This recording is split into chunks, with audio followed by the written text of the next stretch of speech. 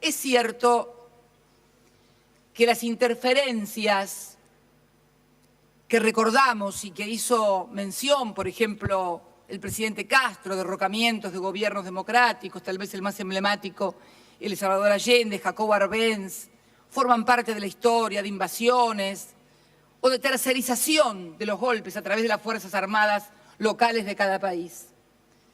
Pero también es cierto que ha surgido nuevas formas más sutiles de intervención e influencia en nuestros gobiernos, a través de lo que se conoce como los golpes suaves.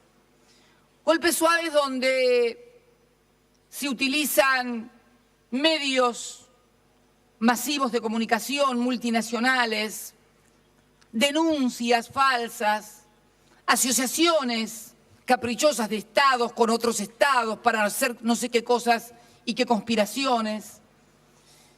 Son más sutiles, son más sofisticadas, pero no por ello dejan de ser intervenciones y siempre encuentran su origen en nuevas organizaciones bajo el nombre de ONGs.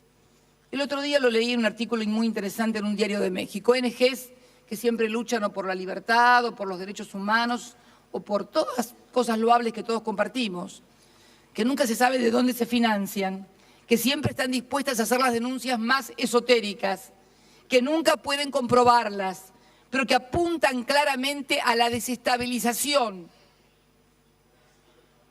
de los gobiernos de la región y fundamentalmente de aquellos gobiernos, curiosamente, que más han hecho por la equidad, por la educación y por la inclusión social. Yo creo en las palabras de los que dicen que quieren un mundo más justo, donde los chicos vayan al colegio, donde todos tengan derechos, donde puedan estudiar, donde haya salud.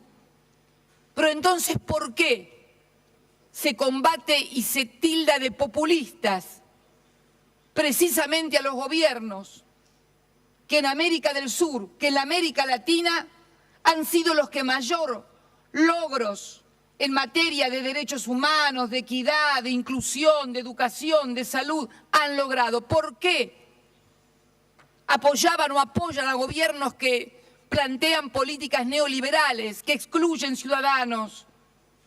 ¿Y por qué combaten a los gobiernos que por allí pueden tener diferencias, y es lógico que las haya, pero que podemos mostrar certificado de haber sido en esta década los que más compatriotas hemos incluido y le hemos robado al hambre, a la miseria y a la pobreza? Por eso digo, para finalizar, señor presidente, y no extenderme, que es necesario que luego cuando hablemos a solas los mandatarios, lo hagamos con absoluta sinceridad. Todos sabemos que cuando hablamos de los grandes países dominantes en la región, cuando decimos Estados Unidos, no estamos hablando únicamente del poder ejecutivo.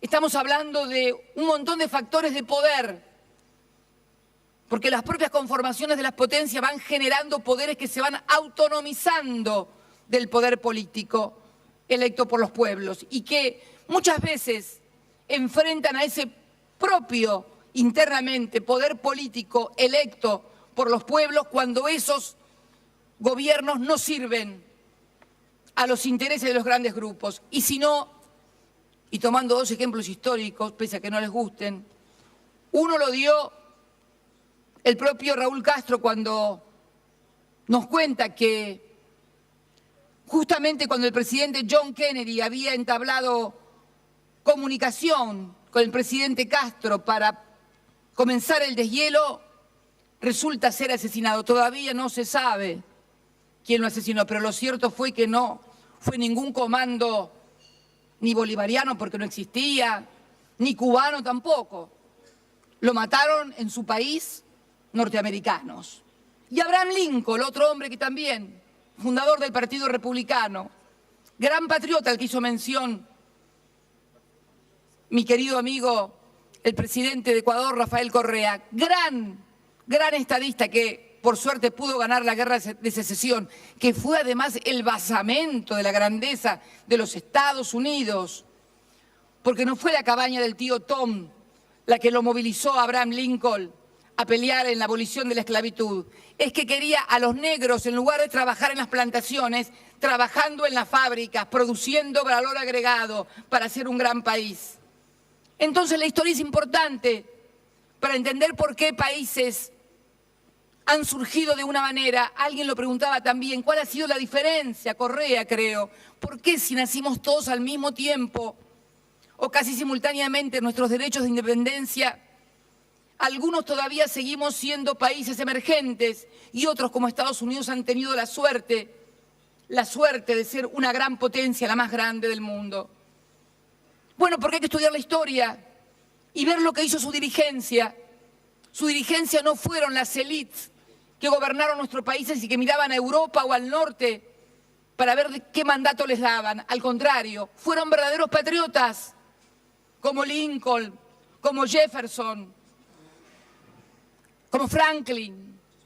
Entonces la historia es importante porque la historia nos explica por qué unos somos una cosa y otros son otra.